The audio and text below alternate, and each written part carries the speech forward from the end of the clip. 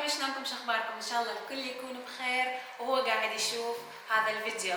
وهابي نيو يير قبل كل الناس. راح اعايدكم لانه ما اعرف اذا راح اشوفكم بالنيو يير او لا. يمكن يكون هذا الفيديو اخر فيديو بهاي السنه، ان شاء الله يا ربي سنه 2024 تكون احلى سنه وتحقيق الاماني لكل الناس. وهم لا تنسوا تحققوا لي امنيتي انه تنشرون قناتي بكل مكان. هاي راح تكون احلى هديه الي.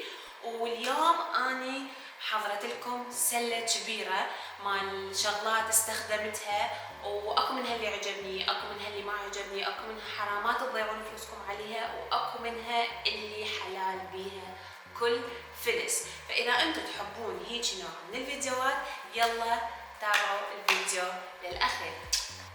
هذه هي السله مالتي، راح اخليها هنا بصفي، بيها كل شيء راح اشاركه وياكم. بيها شغلات للوجه، شغلات مكياج، يعني كل شيء وكل شيء وجاهزه من انواعها. طبعا انا ما صفطتهن بالعراقي، ما صفطتهن يعني ما رتبتهن، فراح امد ايدي واخذ والمنتج اللي يجي بايدي راح احكي عنه. فهسه خلونا نبدأ. اول شيء راح احكي عن هذه الباليت. هذا الباليت طبعا عندي اياها ولي هسه محتفظه بيها كانه على مود اسوي هذا الفيديو واحكي وياكم.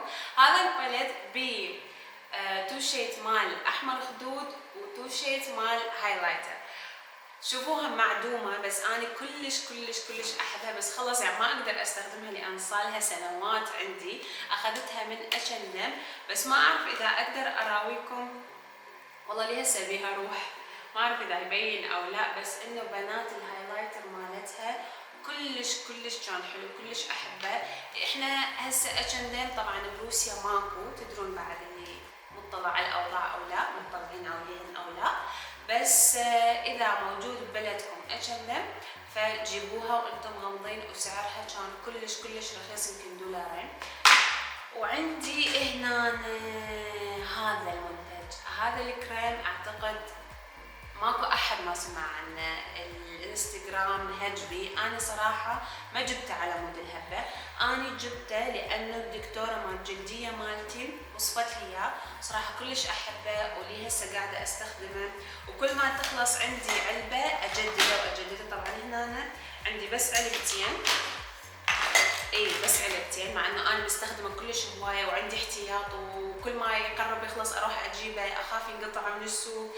كلش احبه. هو من لاروش بوزي فاغلاغ ديو بلس، بس انتبهوا لازم يكون الازرق لانه كل شيء له استخداماته. هو يقلل الحبوب والآثار، التصبغات، الرؤوس السوداء، كل شيء يعني تحسون فرق بوجهكم. طبعا مو من اول اسبوع ولا من ثاني اسبوع، يمكن من رابع اسبوع يلا تبدون تحسون بالفرق، لان هي مو ابره، هو شيء خارجي انتم قاعدين تستخدموه، فمو شيء اذا ما يمكن حتى مو من اول علبه تحسون بالنتيجه، لانه مثل ما قلت لكم هو مو ابره، هو شيء خارجي ولازم يستخدم صح على مود تشوفون النتيجه عليه.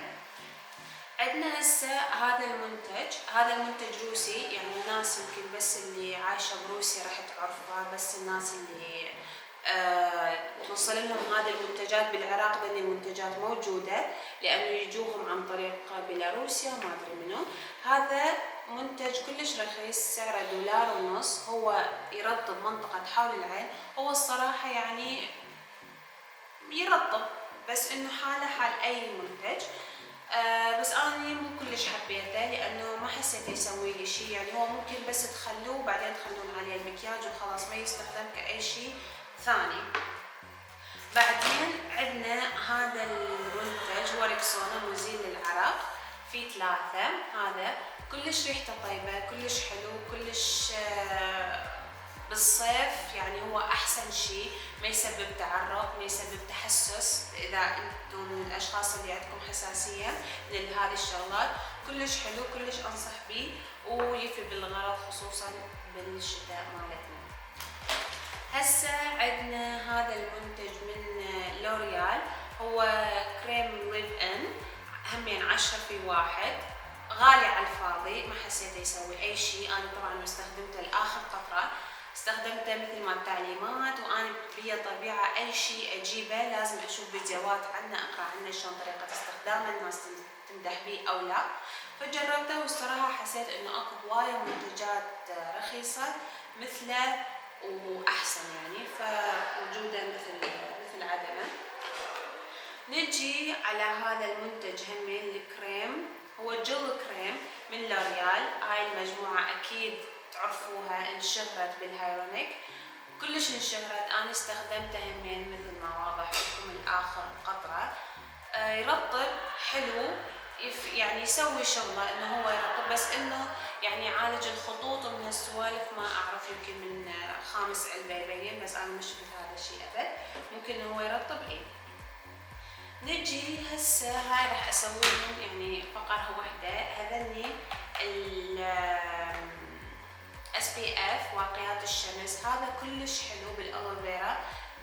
اي بنية عندها انه بشرتها كلش حساسة، هذا راح يفيدها كلش حلو، ينعم، ما يترك طبقة بيضاء. اني حبيته وهم استخدمته الاخر قطرة.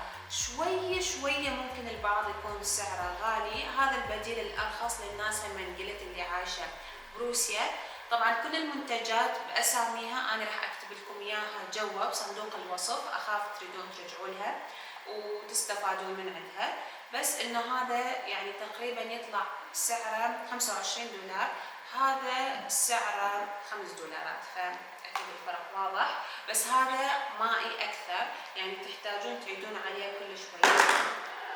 هسه عندنا هاي كريمات الايد همين مثل ما قاعد تشوفون. طبعا انا ما اذكر لكم الاسامي لانه هو كل شيء واضح عندكم بالكاميرا، وهم راح احطه بصندوق الوصف، وعلى مود انه لا اقول الاسامي غلط وتتخربطون.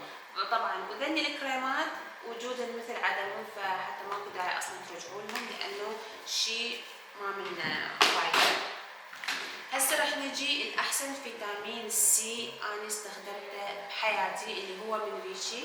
هذا هو يجي بس 10 ملي، بس بنات يخبط ورهيب، يعطي النضاره ويسوي شغله وزياده ويستحق كل فلس بيه. صح شويه غالي بس صدقوني يغنيكم عن اول النظاره. اني شخصيا جربته، بس قلت لكم هم انقطع هنا بروسي واني اصلا بالقوه حصلته.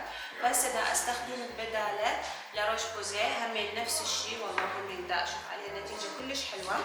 هسه عندنا همين سيروم من نيوجين، هذا همين مكتوب انه على اساس يجدد الخلايا ويوحد لون البشره وما اعرف شنو. هذا هو. صراحه اني ما شفت عليه اي شيء، مع انه استخدمته وانا من النوع اللي التزم كلش بالاستخدام. وعندنا اشتريت من نفس اللاين الكريم مالته، هذا هو. ومثل ما قلت لكم والله اللاين هاي غالية على الفاضي، ما حسيت بيها اي شيء.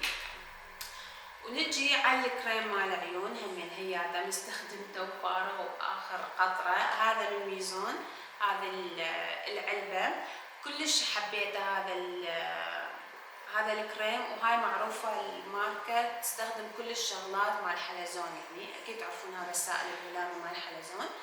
ف كلش حلو هذا الكريم، والصراحة يستحق فلوسه، هو اصلا مو كلش غالي. متأكد من المايك. وهسه نجي على هذا قلم الحواجب من سودا. هذا قلم الحواجب كلش حلو. اني استخدم رقم 3 بس الصراحة مخلص، وهمين هنا بروسيا بعد ما قدرت اجيب منه، فقاعدة اجرب منتجات ثانية للحواجب. اذا انتم بروسيا انتظروا من عندي فيديو راح اقول لكم منتجات حلوة هنا بروسيا للحواجب، بس هذا ما موجود. بس اذا موجودين انتم باي بلد توفر هاي الماركة اخذوه انتم غامضين، لانه الصراحة كلش حلو.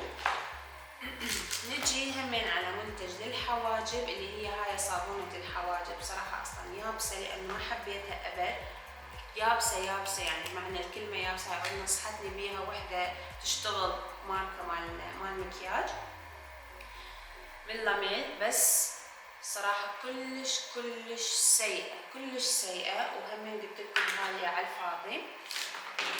هذا السيروم اللي قلت لكم البديل مال فيشي من لا روش بوزي، هي انا مخلصه علبه من عنده واشتريت العلبه الثانيه هم قاعده استخدمها. التركيز مالته 10، كلش حلو وينطي نضاره ما تتخيلون قد حلوه.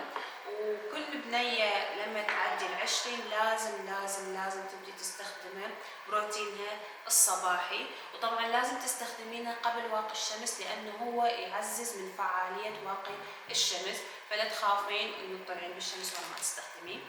هسه نجي على احسن كونسيلر بالعالم اللي من كاتريس.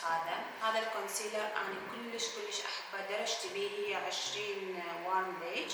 هياته كلش حلو، كلش احبه، وهمين مخلص واريد اجدده لانه كلش حبيته.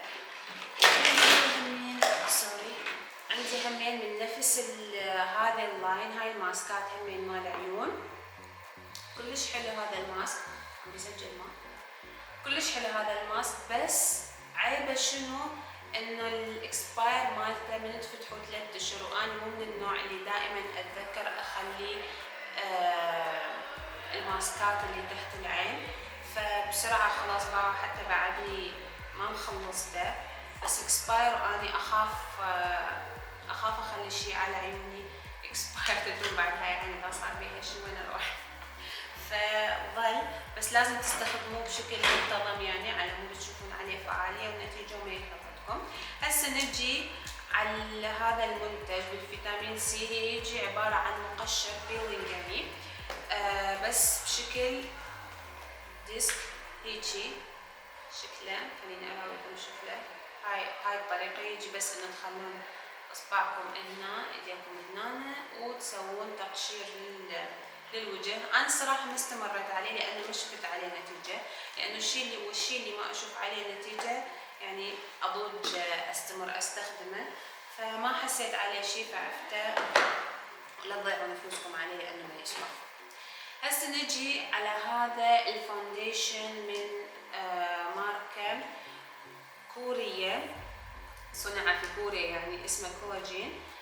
يرطب وبنسبة حماية. صراحة أول ما استخدمته كان حلو، بعدين ما أعرف ليش وايد ناس يستخدموه وحبوه، بس أنا استخدمته ما أعرف قام يتأكسد ويا بشرتي ويصير لونه على وردي ينطي، يعني بشرتي تصير هيجي بالضوء تبين اكو فرق، يعني على طول يتأكسد ويصير بهيجي لون وردي ببشرتي، ما أعرف ليش، فما حبيته صراحة. بعده مليان يعني ما استخدمته هواي، بس هو صراحة يعني يرطب البشرة وكلش حلو. هسه نجي على آخر منتج من هاي الشركة هارو ما ادري ايش اسمها، المهم همين منتج كوري. هو سيروم كلش حلو بالأرز الأسود، بس هنا ما موجود، أنا جبته وياي من العراق، بس كلش حلو. إذا متوفر ببلدكم اخذوه.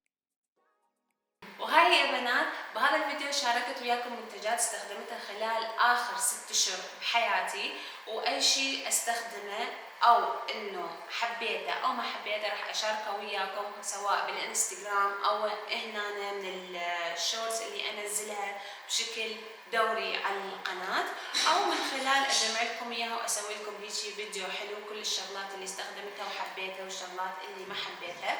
فإذا أنتم من الناس اللي تحبون هذه الفيديوهات همين يا ريت تكتبوا لي بالكومنت على مود أعرف أقوم أستمر بهذه الفيديوهات، أو إذا عندكم أي اقتراح إلي للفيديوهات الجاية راح أكون كلش سعيدة، أو إذا عندكم أي تعليق إنه أعدل شيء بالقناة أو إنه أضيف شيء بالقناة همين راح أكون سعيدة إنه أقراهن.